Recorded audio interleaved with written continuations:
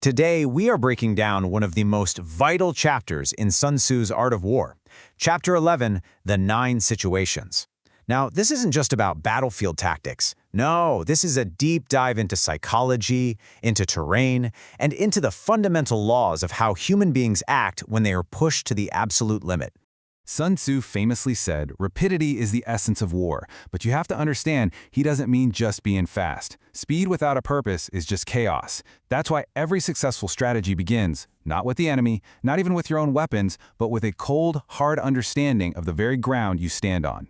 You see, a truly great commander looks at the battlefield like an artist looks at a canvas. It's defined by what Sun Tzu calls the 9 grounds, or the 9 situations. And your first job, the most critical task of all, is to figure out which type of ground you occupy, because your survival absolutely depends on it. So, first up is dispersive ground. This is your home turf. And you might think that's an advantage, but it's a trap. When soldiers are close to their families, to their homes, their first instinct in a tough fight isn't to stand their ground. It's to scatter, to run for safety. Their will to fight is actually at its absolute weakest here. Next, we have contentious ground. Now, think of a key mountain pass, a single bridge over a wide river, or a high point that overlooks the entire area. This is ground that gives such a massive advantage that it must be taken, no matter the cost. Whichever side gets there first can basically control the entire battle. And then, there is desperate ground. On this ground, you are trapped. Maybe there's a sheer cliff at your back, an impassable river to your front. There is no retreat. There is no escape. No one is coming to rescue you.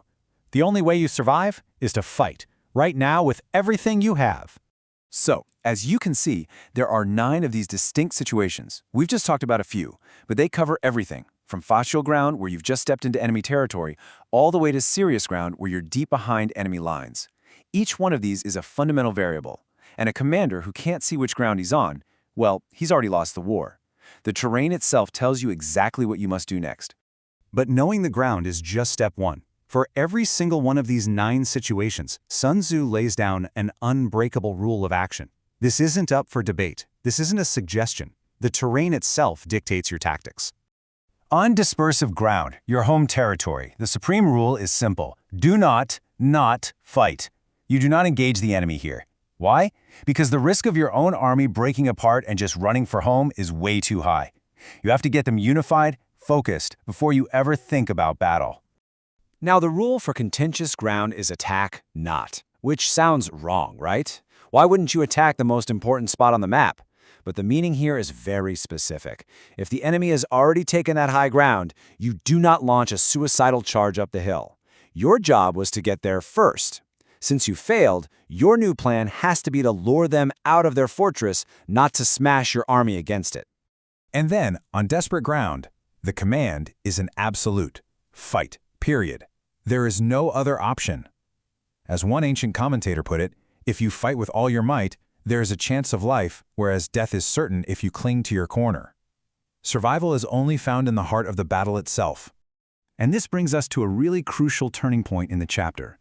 Sun Tzu pivots from the physical ground of the battlefield to the psychological ground of the soldier's mind. He knew that an army's greatest weapon isn't its swords or its numbers, it's the will to win. And he argues that that will can be engineered, it can be forged. So that's the real question, isn't it? How do you create soldiers who simply cannot be broken? How do you build an army that will stand its ground no matter what you throw at it?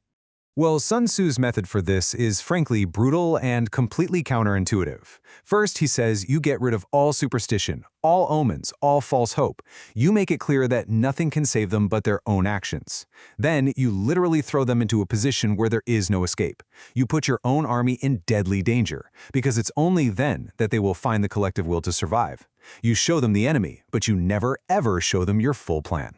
And this really gets to the core of it. Think about it. A soldier who has no way out, who has stared into the abyss, and has truly accepted that he might die, he stops being afraid. And when that fear is gone, he becomes an unstoppable force. He will put forth, as Sun Tzu says, his uttermost strength. Of course, to forge an army like this, you need a very specific kind of leader. Sun Tzu is crystal clear on this. The commander's mind must be a fortress, and his true intentions must be a complete mystery. First, he must be quiet. This means his planning, his deliberations, they happen in secret. His strategies are born in silence, far away from the ears of the enemy and even from most of his own men. He must be upright. Justice and order are not optional. They are the absolute foundation of discipline. If his men don't have complete trust in his fairness, the entire army will rot from the inside out. And this one is key. He must be secretive. A general has to be able to confuse his own officers and men. He has to keep them in total ignorance of his true plans. They need to follow his orders because they trust him, not because they understand the grand strategy. This might be the most powerful metaphor in the entire book. The master general creates a point of no return. He leads his army to a place of incredible danger, deep in enemy territory, and only then does he show his hand. It's like climbing a tall ladder and then kicking it away. The only way out is forward. So, Sun Tzu brings all of these lessons together, terrain, psychology, leadership, into one final, powerful metaphor for the perfect military operation. He says the army must move like the legendary Shuai-Jan snake. It's a single living thing, so perfectly coordinated that if you attack its head, its tail strikes back instantly. If you attack the tail, the head strikes.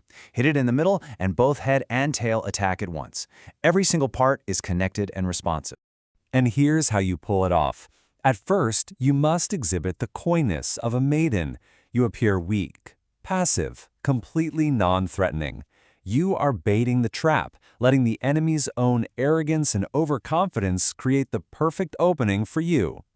But the second, the very instant that opening appears, you move with the speed of a running hare. You strike with such incredible speed and violence that the enemy has absolutely no time to respond. You're on top of them before they even realize their fatal mistake, and by then, it's already far too late for them to stop you.